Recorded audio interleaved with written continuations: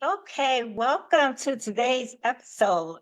Have you ever felt that you had an inner nudge, that gut feeling was telling you to go for something, but your logical mind jumped in and just talked you out of doing it? Today, we'll discuss the power of intuition and how you can actually train yourself to trust it. My guest is Lesley Sprague. She's an intuitive energy healer and a coach who helps women awaken their intuition and align with their lives and their business um, so they can live their true purpose. So, we're going to discuss a lot today. And I want to thank Lesley for joining. I want her to share her journey and give us some practical tips on how we can use our intuition for success. So, thank you, Lesley. Thank you so much for having me. I am so honored and excited to be here with you today. You built an incredible career helping people connect with their intuition, something I think a lot of entrepreneurs struggle with. They want to trust their gut, but they don't always know how. So, before we talk about any of the magic that you do, can you tell us a little bit more about yourself and the work that you're doing? Yeah, I am a mom to two amazing kiddos, and I love anything and everything to do with personal development, spiritual development, and everything in that world. And it really became clear to me that by accessing my own intuition, it almost provided me with like my internal GPS system towards my success. And when you learn to build the muscle, because it is a muscle of your intuition, those nudges begin to get stronger. And when you create the right environment, you can hear those nudges more frequently. So yeah. I love that. And what's really interesting for me is that many people see intuition as something mystical, something elusive that you either have or you don't have. But you built a whole system around teaching it. Before we get into that, let's rewind a bit. Was there a moment in your own journey where you realized, okay, I need to stop overthinking it and actually trust my intuition? Um, there probably was. Like, I know I've heard of lots of people that have always said, "Oh, I was born with that skill." Like, I've always known how to trust my intuition. But for me, it became something that I began to develop through practice. And that's how I really learned to trust it and to follow the gut, was by being put in these situations and through my trainings. And that's when I really began to trust it. Okay, like I'm not, because a lot of people think that when they connect to their intuition, the guidance that they're getting, that they're making it up. But that is not the case. When you become confident in it, you're actually accessing a whole nother layer of information. And yeah, so for me, it was through practice in Gotcha. strengthening it. Yeah. So I definitely agree with that. And it's so relatable. I think so many of us feel that, those nudges, we get them.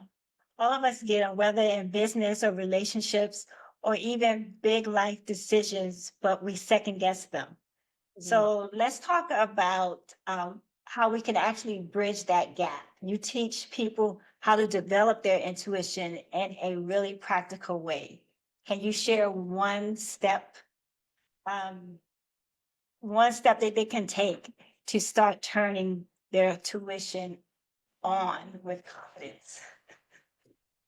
First thing I would say is, especially in the very beginning, is allowing your self some space to get quiet. So this isn't a practice in the beginning to do, you know, in the middle of your living room with your family running around and there's lots of chaos. Create a practice and a ritual for yourself to get into your space. So find yourself a comfortable, perhaps it's in your office or in your favorite spot in the house. Create a comfortable spot to sit and begin by connecting to your breath. And when you connect to your breath, you're allowing yourself to drop into the moment here and now. So focus on a breathing practice, even if it's something as simple as just breathing in and out, just focusing on your inhale and exhale. Make it a little bit exaggerated. And when you connect to your breath, it's bringing you and grounding you in this present moment. Because a lot of times when we're going through our day-to-day life, we're allowing our minds are either focused on, okay, what do I have to do later today? Or you're stewing about something that happened in the past and you're not enjoying this present moment. So that's first and foremost. And then the next step I would do is add in a grounding piece. So just helping to anchor you into that present moment. One of the favorite things that I love to do is add in visualization. And don't worry about if you're doing it right, because I have a secret. Everybody does it differently. Okay. So Yeah. your way is right. And just tap in to kind of take it out of the box, because a lot of people will be like, I don't know what I'm supposed to be visualizing. Just use your imagination and pretend that you know. So the piece is visualize tree roots going out from underneath you, whether it's your feet or if you're sitting cross-legged out from underneath. Just see tree roots going down into the earth and all the way to the core. And that helps to anchor you into this present moment. And then depending on what you're seeking guidance for, having a journal with you and just starting to write out the question that you're seeking your answer for. Or perhaps if you're more auditory, like you'll hear answers or see, and perhaps it's a combination of those things coming together, but just creating a space for you to trust your gut and connect to that intuition. And when you do this, especially around your business, you're creating that space for more intuitive ideas to flow to you. But when your mind is constantly going, the intuition can become filtered because there's not a slow period for you to connect and dial in. I love that. And all of those are simple, actionable, and something people can start today. I know your work goes beyond just personal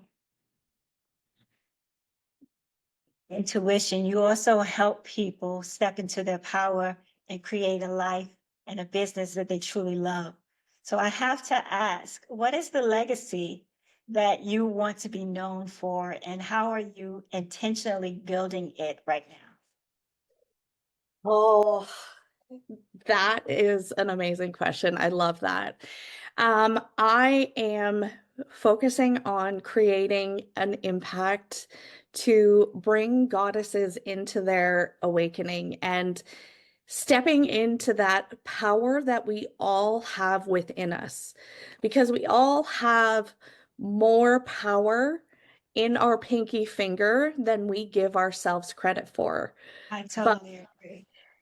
But because of our mindset and things like that, we limit ourselves. And it's time to just like take all those old stories that no longer serve us and rewire ourselves to be that version that we see for ourselves. And We get to be, do, and have anything we want. But when we need to connect back into that desire, and because we are brought here to evolve and grow, and that is part of our journey here on earth, is to like evolve and grow, and the lessons that we learn by growing and expanding is the name of the game, I guess. Certainly.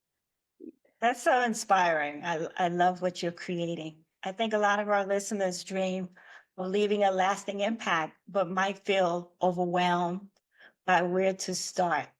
If you could give one piece of advice to create their legacy of growth, of empowerment, using their intuition, what would it be? Those whispers and those nudges that you get are specifically made for you. So I always use this example of like, I never get the idea to start a karate school. It's not my thing. But the nudges that I get are made for me. And that is the universe's way of calling you to answer the call. So trust yourself. Those desires, those thoughts, those dreams you have are made for you. And they're not made for anybody else. They're made for your unique skill set. They're made for your unique perspective. And you are here to create that legacy from your viewpoint. So start. No matter what it seems like, you are here to create that legacy, and start with something small and then keep going, because that is where the magic happens, is in the growth, in creating that legacy that you see for yourself. It is your time to bring it here and now. Love it. Love it. Was teaching something that you always wanted to do? No, this has just become more of stepping into my own legacy and sharing my own voice. And that was part of like my growth, was being like, no, actually what I have to say is very important and people need to hear from my perspective. So it's been working through that and realizing my own power, and realizing that no, this is meant to be shared in a massive way. And yeah, it kind of like, I had the analogy pop into my head at the beginning of our thing, is like I became like a moth to a light, and you know how they like just get attracted to the light? Yes. That was me, and like I just keep going towards it. That's wonderful. I love that analogy. That's powerful.